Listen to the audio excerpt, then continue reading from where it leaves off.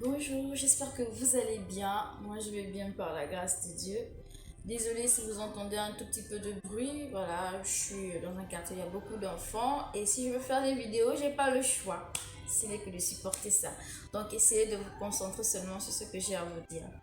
Aujourd'hui, on se retrouve pour une toute nouvelle histoire. Voilà, une histoire qui m'a choquée, qui m'a donné des larmes aux yeux.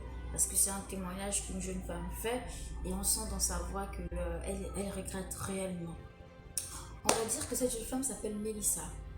Mélissa est une jeune femme, voilà, issue d'une famille pauvre. Le papa est décédé, elle a sa grande sœur, elle a ses petits frères, ses petites sœurs, elle a sa maman qui essaie de s'en sortir avec des petits commerces à gauche, à droite, mais c'est vraiment pas ça. Mélissa est amie à des filles qui sont pleines aux as, qui ont beaucoup d'argent, des fringues, des sacs, des voitures. Et même, elle était celle-là qui demandait toujours à ses amis. À un moment, elle en a eu vraiment marre de cette vie et elle s'est rapprochée de l'une de ses amies, enfin la plus proche. On va dire que celle-ci s'appelle Margaret. Et du coup, Mélissa demande à Margaret comment vous faites pour avoir autant d'argent. J'aimerais bien être comme vous parce que la vie que je mène, je vous assure qu'elle est insupportable. Et Margaret lui dit franchement, je te déconseille parce que nous sommes dans un réseau où jusqu'à présent nous regrettons énormément.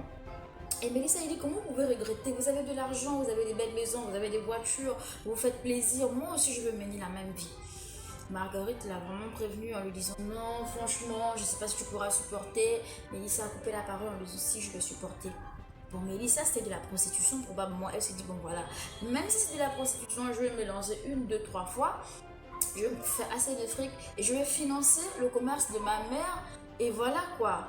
En gros, Mélissa, elle y allait pour sortir de la pauvreté et pouvoir mettre celle-ci à l'abri, vous voyez, genre à l'aise, quoi, sa maman soit vraiment à l'aise. Et après plusieurs tentatives, finalement, Margaret a accepté, elle a dit ok, ce n'est pas de la prostitution, ce n'est pas se donner aux hommes, quoi que ce soit, mais c'est quelque chose d'encore plus dur, je ne sais pas si tu vas t'en sortir. Ah, Mélissa a insisté. Finalement, Margaret lui a donné rendez-vous à bien tel jour. Elles se sont rendues à l'endroit en question et elles sont allées rencontrer un marabout.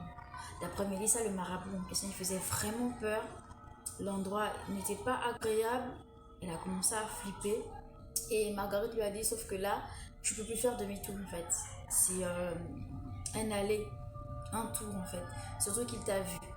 Et le marabout était vraiment effrayant.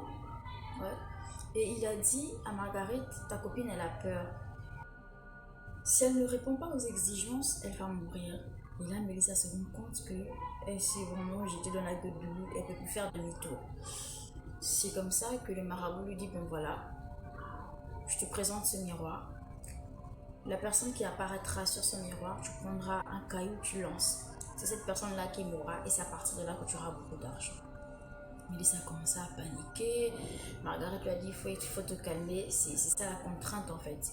Et le marabout lui a dit, si tu ne lances pas le caillou, c'est toi qu'on va prendre. Malheureusement pour Mélissa, c'est sa maman qui a apparu. Sa maman qui a apparu. Elle a énormément pleuré, elle n'avait pas le choix. Elle a pris le caillou, elle a lancé. Elle est partie. Quelque temps après, sa maman est tombée malade.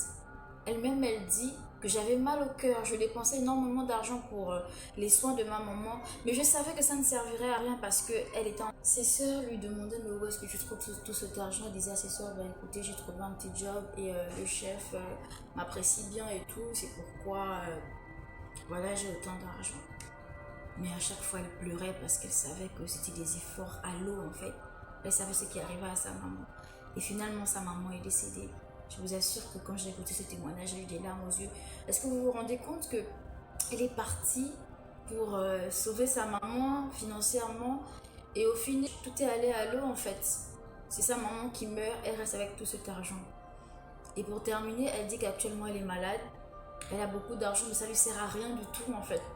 Parce qu'elle va de maladie en maladie, de maladie en maladie. Elle sait que c'est le féticheur qui lui a lancé ça probablement parce qu'il en demandait énormément encore de sacrifices. Elle a dit qu'elle ne peut plus continuer. Et là, elle est très malade. D'après elle, même Dieu n'est pas capable de lui pardonner. Mais moi, je veux dire non à cette femme-là. Dieu est capable de pardonner tous les péchés. Il est Dieu, il est miséricordieux. Il pardonne tous les péchés. Je ne sais pas comment elle va s'y prendre, mais il faut qu'elle aille réellement demander pardon à Dieu et qu'elle croie au fond d'elle que Dieu lui a pardonné.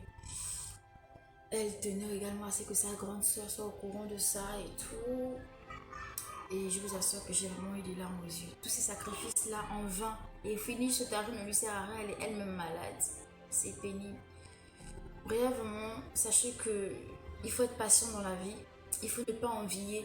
Ne soyez pas prêt à tout en fait pour avoir ce que vous voulez sincèrement. Ça sert à rien. Est-ce que vous vous rendez compte qu'elle est allée pour se battre, pour mettre sa mère à l'aise et finalement sa maman est décédée. Elle est restée avec beaucoup d'argent, elle n'arrive même pas à prendre soin d'elle-même. Soyez patient dans la vie. C'est la petite histoire que je voulais. Donc c'est la petite histoire que je voulais partager avec vous aujourd'hui. Je vous assure que j'ai vraiment eu des larmes aux yeux quand j'ai écouté cette histoire, surtout en entendant la dame pleurer et tout.